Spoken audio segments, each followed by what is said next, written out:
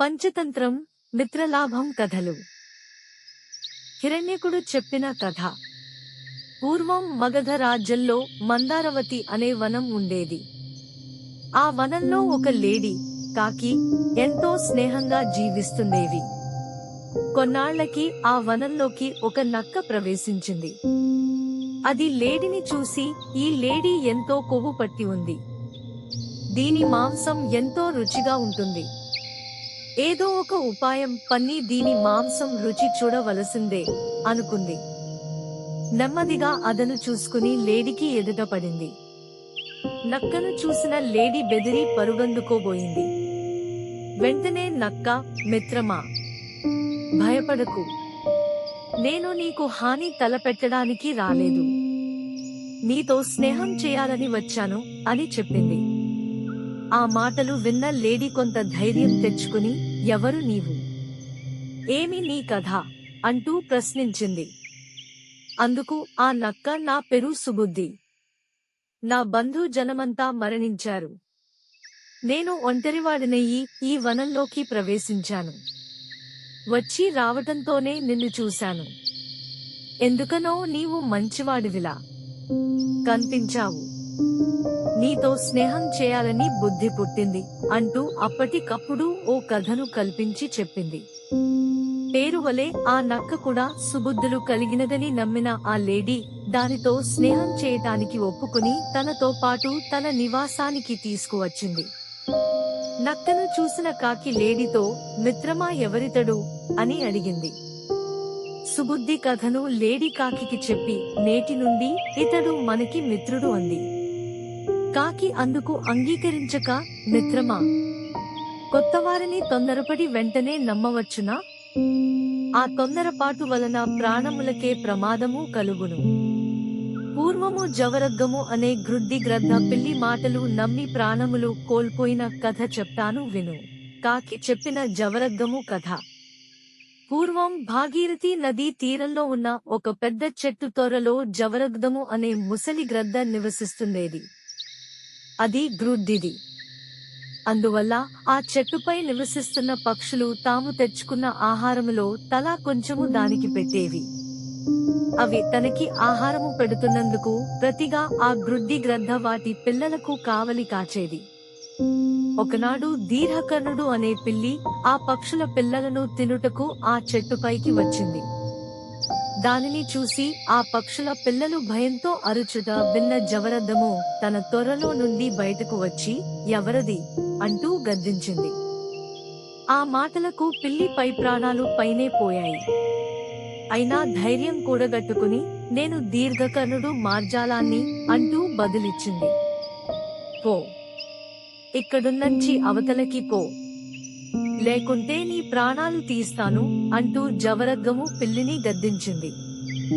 అయ్యా, నన్ను దుష్టుడిగా భావించకండి, నేను సత్యవ్రతం ఆచరిస్తూ మాంసాహారం విడిచి జీవిస్తున్నాను, వృద్ధులైన మిమ్ములను సేవించుకుందామని వచ్చాను అంటూ బొంకింది. జవరగ్గము పిల్లి మాటలను నమ్మింది. ఆనాటి నుండి దీర్ఘకజ్జుడు దానితో కబుర్లు చెప్పే నెపంతో ఆ చెట్టుపైకి చేరి గుట్టు చప్పుడు కాకుండా పక్షి పిల్లల గొంతు కొరికి చంపి తిని ఈకలను జవరగ్గము ఉంటున్న చెట్టు తొర్రలో పడవేయసాగింది.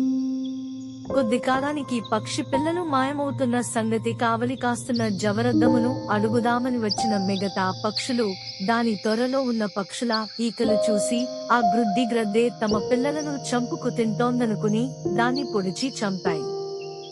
జవరగ్గము కథ చెప్పిన కాకి, మిత్రమా, అందుకనే కొత్తవారిని నమ్మితే అపాయము కలుగవచ్చు అంది.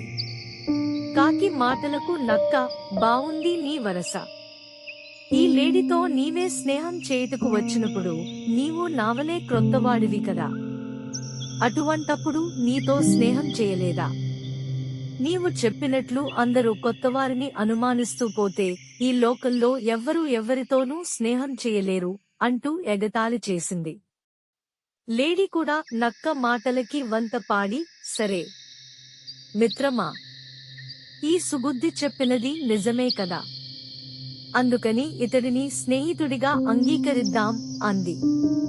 కాకి ఇక చేసేదేం లేక సరే నని నక్క మీద ఎప్పుడూ ఒక కన్ను వేసి ఉంచాలని నిశ్చయించుకుంది. నక్క మోసము. కాకి, నక్క, లేడీ మూడు ఎంతో స్నేహంగా ఉండసాగాయి. ఒకనాడు నక్క లేడీతో, మిత్రమా, అడవికి దాపుల ఏపుగా పెరిగిన పైరును చూశాను. అది నీకు తగిన ఆహారం, నాతోరా. పంట కోతల వచ్చే వరకు నీకు ఆహార కొరత ఉండదు అంటూ లేడీని తీసుకుపోయి పొలం చూపించింది.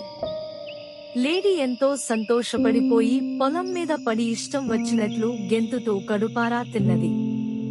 ఆనాటి నుండి ప్రతిరోజు ఆ పంట దగ్గరకు పోయి లేడీ కడుపు నింపుకోసాగింది.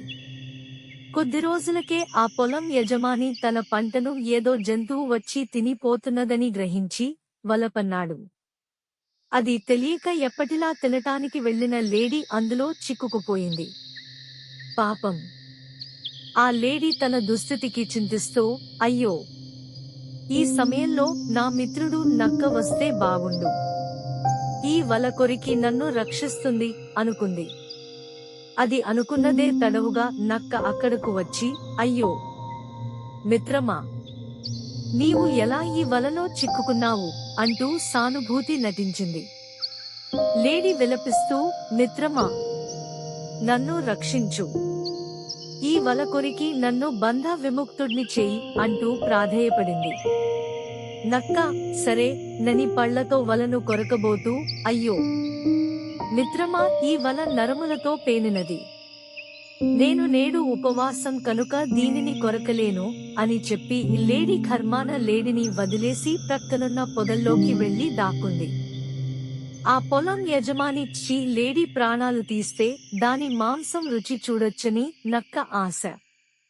లేడీ కోసం చాలా పొద్దు ఎదురు చూసిన కాకి నక్కను వెతుక్కుంటూ బయలుదేరి పొలం దగ్గర వలలో చిక్కుకున్న లేడీని చూసి విషయము తెలుసుకుని, నక్క ఎక్కడా అంటూ అడిగింది. ఇక్కడే ఎక్కడో కాచుకుని ఉండి ఉంటుంది. అది నీవు చెప్పినట్లే నా ప్రాణాలకు ముప్పు తెచ్చింది. ఈ పొలం యజమాని నన్ను చావబాదితే నా మాంసం తినచ్చని దాని ఎత్తు.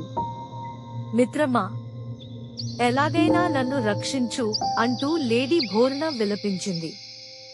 కాకి దానిని ఊరడించి ధైర్యం చెప్పి, మిత్రమా, అధైర్యపడకు. ఎదుటివారి పట్ల ఎప్పుడూ వివేకముతో ఆలోచించాలి. ఒక పని చెయ్యి.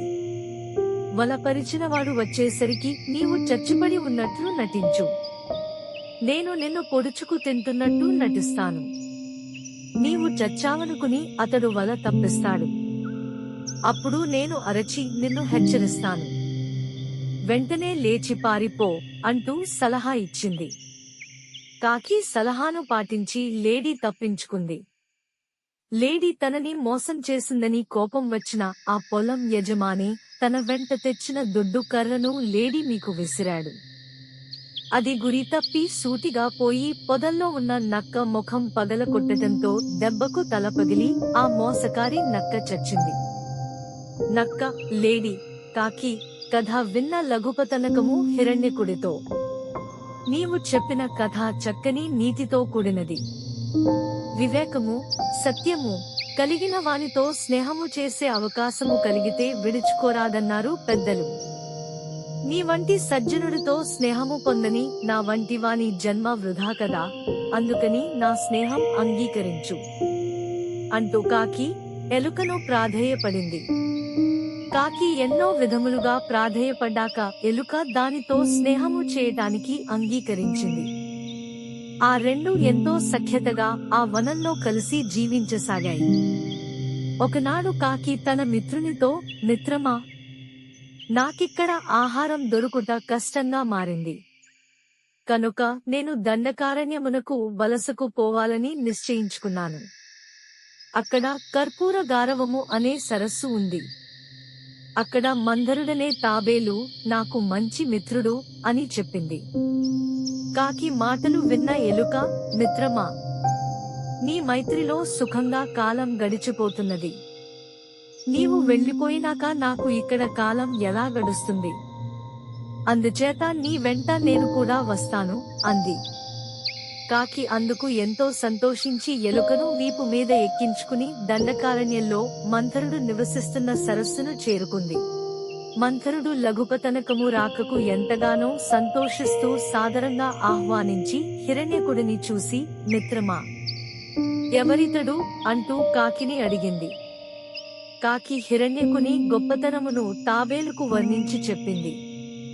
హిరణ్యకుడి కథ విన్న తాబేలు, మిత్రమా, నీవు మనుషులు సంచారము ఉండని వనమును నివాసము చేసుకున్నటకు కారణం ఏమిటి అంటూ అడిగింది. హిరణ్యకుడు మంథరుడితో తన గతం ఈ విధంగా చెప్పాడు. If you like the video, please like it, share with your family and friends, and do not forget to subscribe to our channel.